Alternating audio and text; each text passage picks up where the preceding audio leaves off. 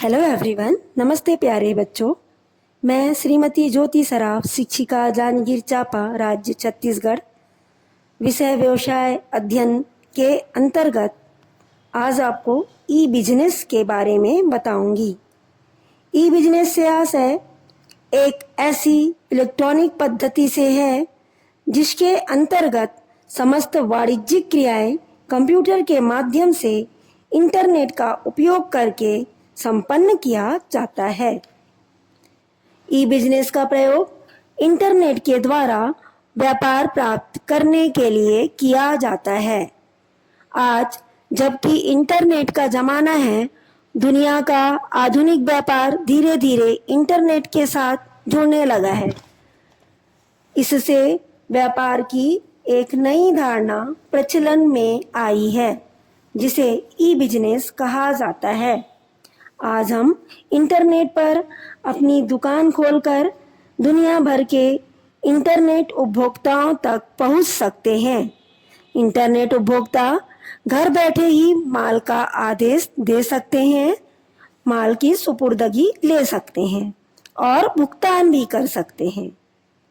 अब मैं आपको बताऊंगी ई बिजनेस कैसे काम करता है या ई बिजनेस की कार्य प्रणाली।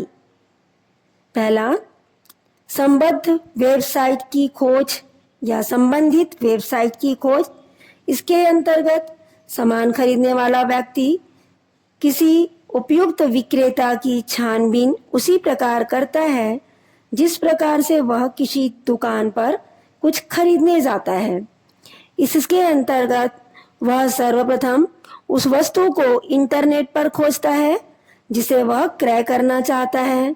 तत्पश्चात विक्रेता की खोज करने के लिए सर्च इंजन की तलाश करता है।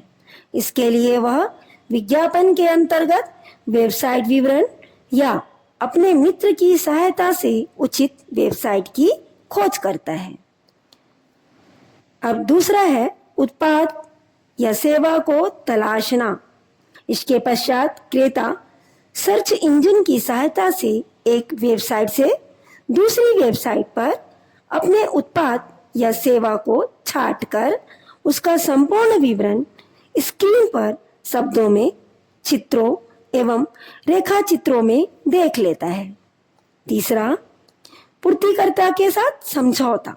कभी कभी वस्तु खरीदने वाला क्रेता यह महसूस करता है कि माल अथवा सेवा की शर्तों के विषय में विक्रेता से मोल भाव करने की जरूरत है, तो वह ऐसी स्थिति में पूर्तिकर्ता से टेलीफोन के माध्यम से मोल भाव करके वस्तु अथवा सेवा का ऑर्डर कर देता है। विशेष परिस्थितियों में यह सेवा वेबसाइट पर उपलब्ध होती है।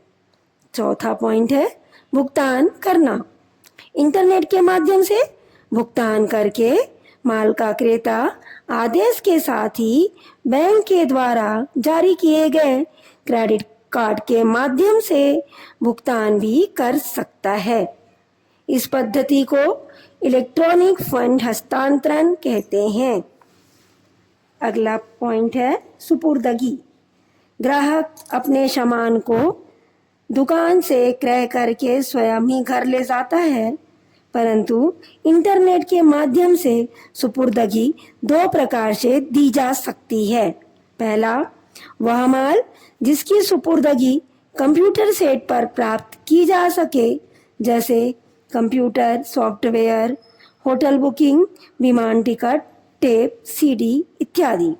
दूसरा, वह माल जिसकी ऑनलाइन सुपुर्दगी नहीं की जा सकती, जैसे वॉशिंग मशीन, टीवी, दूर संचार यंत्र आदि।